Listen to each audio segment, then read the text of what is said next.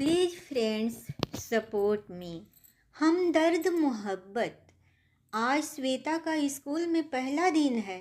श्वेता तैयार होकर स्कूल के लिए निकली ही थी कि तभी उसकी माँ ने उसे आवाज़ दी, श्वेता बेटा नाश्ता तो करती जा। श्वेता, नहीं माँ, मैं कॉलेज के लिए लेट हो रही हूँ, मैं वहीं जाकर कैंटीन में कुछ खा लूँगी। माँ, अरे बेटा थोड़ा सा तो कुछ खा ले, ऐसे खाली पेट बाहर नहीं जाते।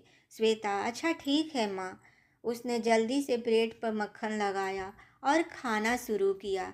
नाश्ता खत्म करने के बाद जल्दी से उसने स्कूटी निकाली और कॉलेज के लिए निकल गई। श्वेता श्री करण ठाकुर और रूपाली ठाकुर की इकलौती बेटी है। करण ठाकुर की मेन मार्केट में एक कपड़े की दुकान है।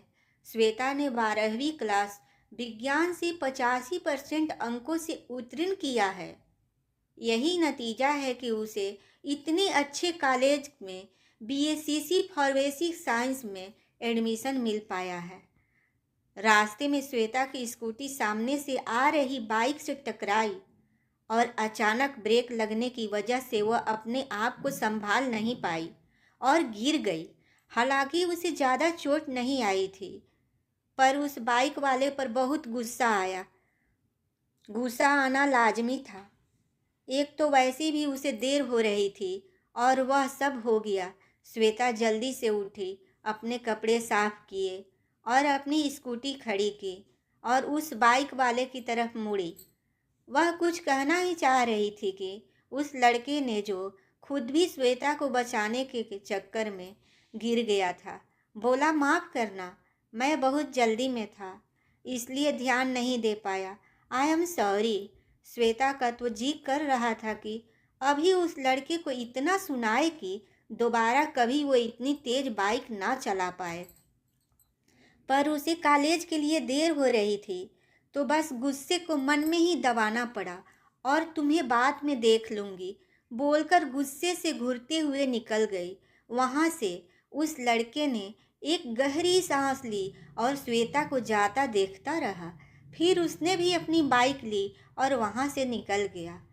कॉलेज पहुंचकर श्वेता चारों तरफ नज़र दौड़ाई और प्रिंसिपल ऑफिस की तरफ कदम बढ़ाए। ऑफिस में पहुंचकर सारी फॉर्मेलिटी पूरी की और बाहर आ गई। बाहर आकर उसने इधर उधर नज़रें दौड़ाई और अपनी फार्मेसिक साइंस क्लास ढूंढने के लिए आगे बढ़ गई। सामने ही एक लड़का उसकी तरफ पीठ किए किसी लड़के को कुछ समझा रहा था। वो उसके पास गई और उससे पूछा कि forensic science first year classroom कहाँ है। वह लड़का जैसे ही श्वेता की तरफ मुड़ा, दोनों के मुंह से लगभग एक साथ ही निकला, तुम। श्वेता और वह लड़का दोनों हैरानी से एक दूसरे को देख रहे थे। श्वेता तो समझ नहीं आ रहा था कि खुश हो या हैरान। वह लड़का कोई और नहीं, रौनक था, जिसे वह तब से चाहती थी जब वो 8वीं में था। हाँ, यह बात अलग है कि उसने कभी भी यह बात किसी को बताई नहीं थी, रौनक को भी नहीं, क्योंकि उसे अपने पापा का सपना पूरा करना था। इसलिए वह नहीं चाहती थी कि उसका ध्यान पढ़ाई से हटे। रौनक, श्वेता तुम यहाँ, मुझे तो यकीन ही नहीं हो रहा यार, पूरे 4 साल बाद देख रहा हूँ तुम्हें।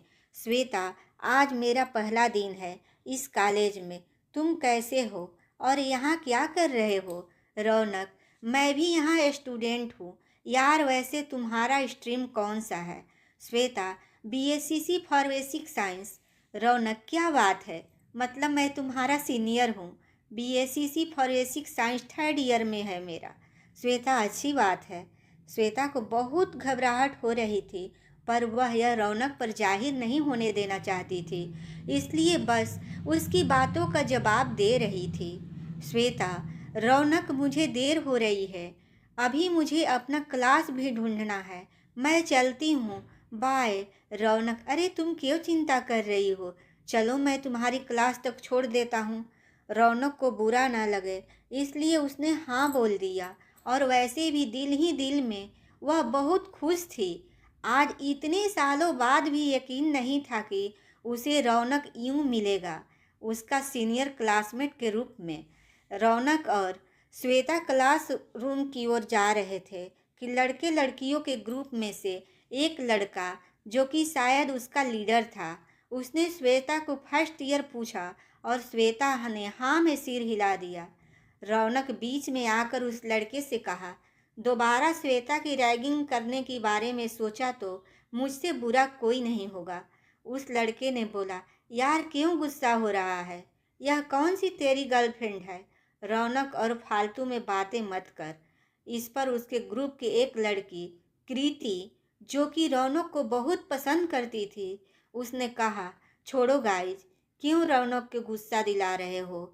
उसने कहा कि रैगिंग नहीं करो तो मत करो, अब चलो यहाँ से। सारे लड़के लड़कियाँ वहाँ से चल गए। रौनक भी श्वेता को लेकर उसकी क्लास की ओर चल दिया। रौनक थोड़ा झुककर हाथों को फैलाते हुए, हाँ मिस श्वेता, यह रहा आपका क्लास। यह देखकर श्वेता मुस्कुराए बिना रह नहीं सकी। रौनक ने फिर उससे कहा कि कैंटीन में चलकर कुछ खाते हैं, आज क्लास भी नहीं लगेगी क्योंकि आज फर्स्ट डे है। सबका बस इंट्रोडक्शन होगा, सबका बस। श्वेता ने हाँ में सिर हिला दिया। फिर दोनों कैंटीन की तरफ चले गए। कैंटीन में पहुंचकर रौनक ने श्वेता से पूछा कि वह क्या खाएगी, तो श्वेता ने सैंडविच और कॉफ़ी का ऑर्डर करने को बोल दिया। रौनक ने वेटर को ऑर्डर दिया और श्वेता के साथ एक टेबल पर पास में बैठ गया। रौनक, और बताओ श्वेता, क्या चल रहा है और तुम अचानक से कहाँ गायब हो गई थी? श्वेता, वो दरअसल पापा ने इस शहर में कपड़े की दुकान खोल ली तो हम सब गांव से यहाँ आ गए, फिर मैंने बाकी की पढ़ाई यहीं से की। रौनक, ओह यार, एक बार तो बता देती।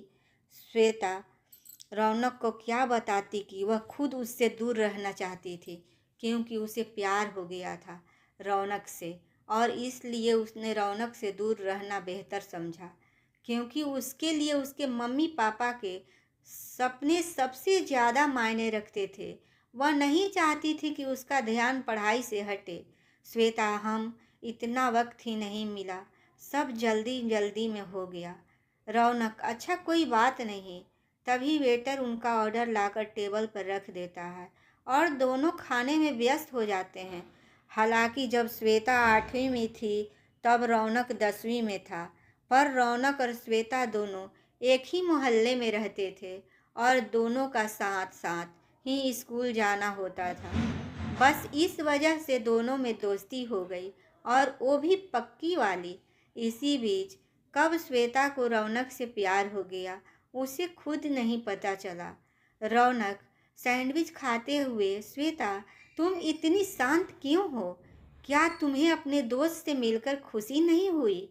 थोड़ा उदास होते हुए, श्वेता, ऐसी बात नहीं है रौनक, मैं बहुत खुश हूँ तुमसे मिलकर।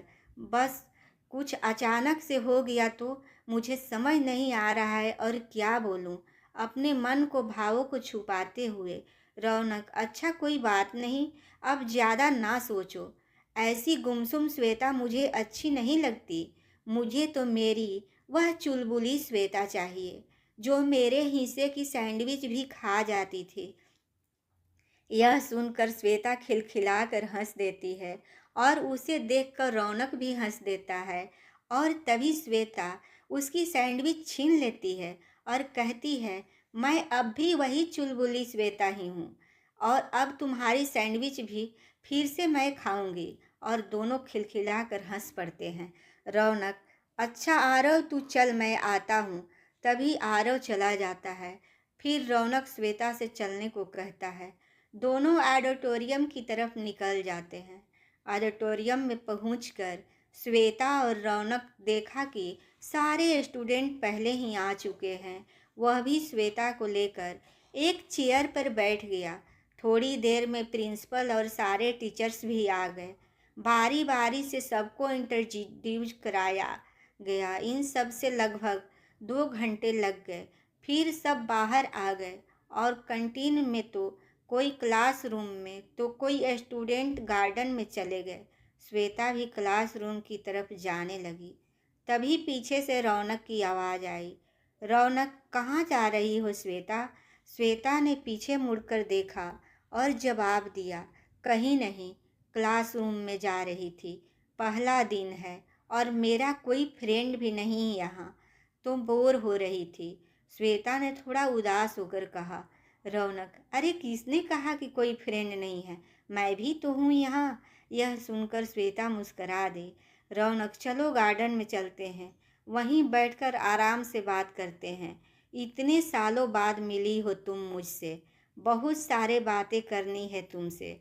श्वेता ने मुस्कुराकर हाँ में सिर हिलाया और दोनों गार्डन की तरफ चले गए।